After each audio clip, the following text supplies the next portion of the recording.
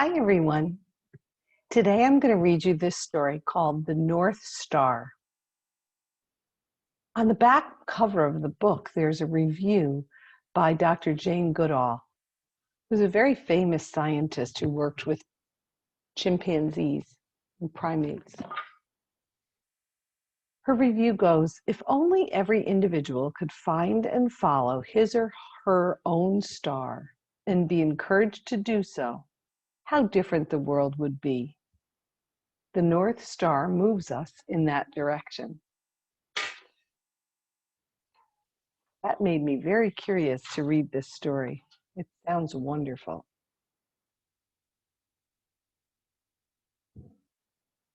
A sweet breeze met the boy as he awoke to his journey.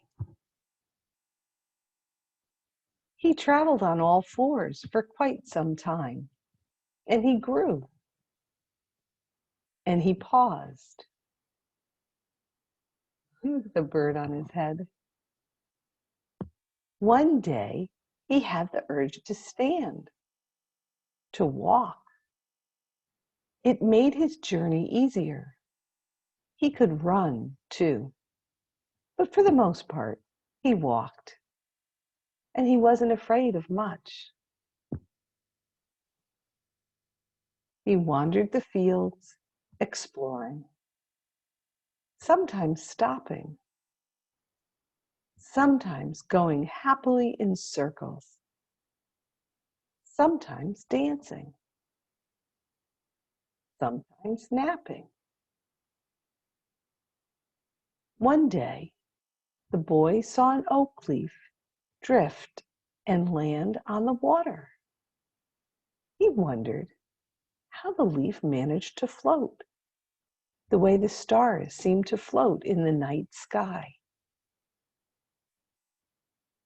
A spray of sand interrupted his thoughts. "Where are you going in such a hurry?" asked the boy. But the rabbit shot out of sight, disappearing onto a path the boy had never noticed before. The boy left the floating leaf and wandered toward the path. Then he saw a cat. The cat purred gently. "Where did the rabbit go in such a hurry?" the boy asked the cat. "He was in a rush to start his journey. It's time for you to start your journey, too." "Oh, but I have been on a journey," the boy cried. "I've seen many wonderful things. Some I understand, and some I don't. Like how the leaf floats on the water." "Well, that's fascinating, but I'd hate for you to be late. You don't want to be left behind." "Behind? Who's ahead of me?" "You wouldn't believe how many. You know, you're not the only one on this journey. Plenty ahead of you and lots to follow." The boy began walking down the path. It stretched out far ahead of him. Signs kept pointing him along the way. Some parts of the journey were easy, and some were very difficult. Although he followed the well-worn path, he had grown feeling that he was lost. The forest seemed to be growing thicker. The soil was wet and muddy, making every step a struggle. Clouds rolled in overhead, and darkness closed in around him. After many difficult miles, he couldn't take another step. He noticed an oak leaf drift from the sky. It sailed with ease. It swirled on a breeze and was carried deep into the forest. The leaf disappeared behind a grove of trees. He stepped off the path to follow it. The boy found the leaf floating on a pond in a peaceful clearing, like a delicate boat on a dreamy voyage. His thoughts were interrupted by a voice. "Oh, there you are. I was worried," said the cat. "Don't wander off like that. Now hurry, you're falling behind." So the boy ran and ran and ran. And as he ran, he noticed the forest getting darker and thicker. The muddy ground became covered with water, and he could no longer see the path. He sloshed through the swamp until he came to a clearing in the forest. There he saw a bird. "You look lost," the bird said.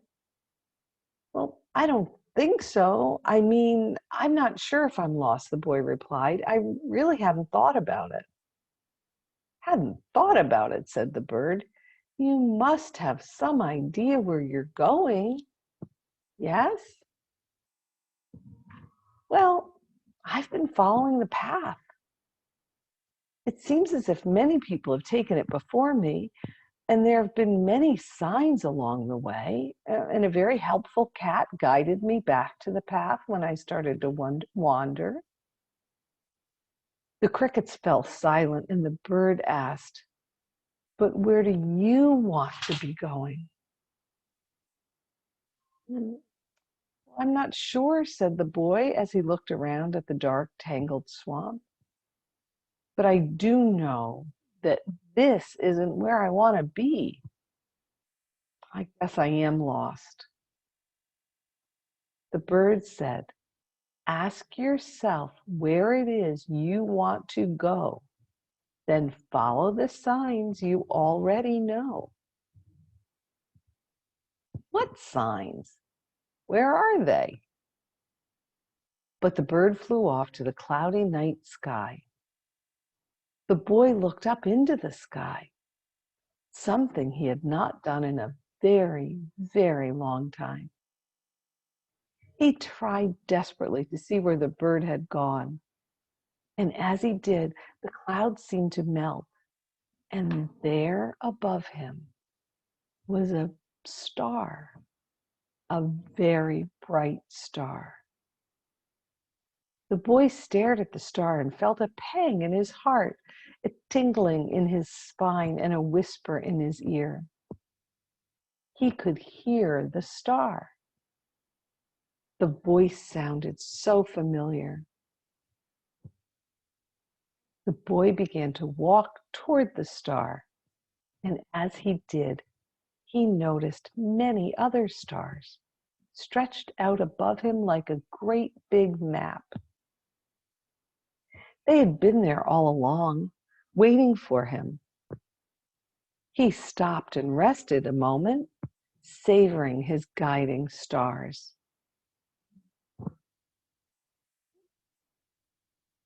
"What are you staring at?" croaked a voice behind him. "What is up there? What's so interesting?" The boy waded closer and answered, "Stars. I'm looking at the stars."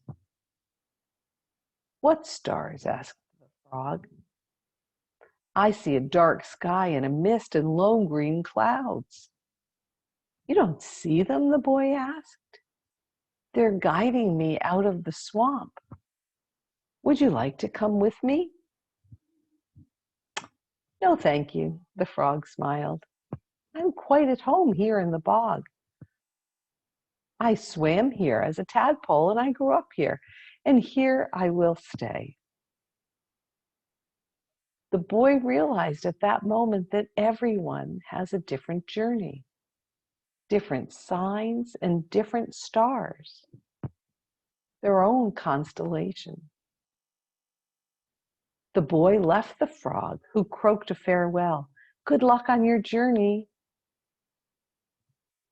As he ventured beyond the swampy forest, the boy heard a cry. It was the rabbit who had been in such a hurry earlier, looking tired and hungry.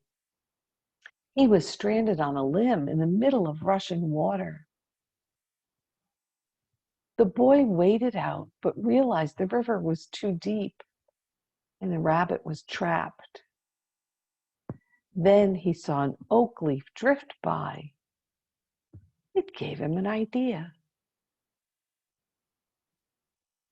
The boy fashioned a boat out of swamp grass and twigs and rescued the rabbit. The boy smiled, having helped make the rabbit's journey easier. The boy looked up. He noticed that the star had become even brighter.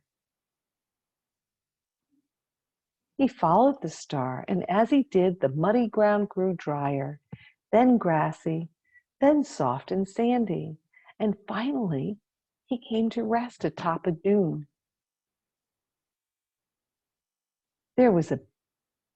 There below him was a beach and a boat. The boy looked out toward the horizon. The star glowed steadily, reminding him that he still had a long journey ahead. But it was his own journey, his very own wonderful journey. The beginning. That's the end of the story, but I love that at the end of the story, the author calls it the beginning. Since this book is about the journey that we all follow that's very unique to ourselves, this is really the beginning for the little boy. I love this story. It gave me lots to think about.